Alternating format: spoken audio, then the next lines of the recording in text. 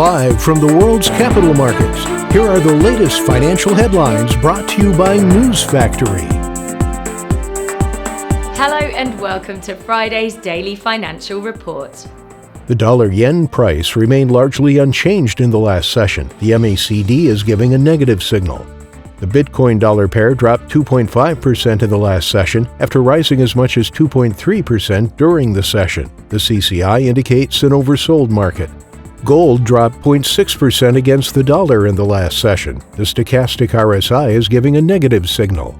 The oil-dollar pair rose 0.8% in the last session after gaining as much as 1.2% during the session. The stochastic indicator is giving a negative signal. Those were today's major economic events, and now moving on to world financial headlines.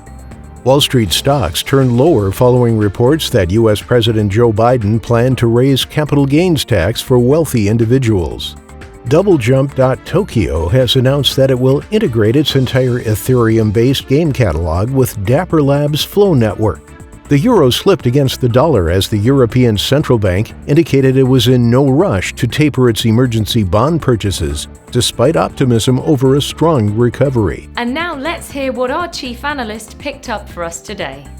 The Irish consumer confidence will be released at 500 GMT, the UK's retail sales at 600 GMT, the French market manufacturing PMI at 715 GMT.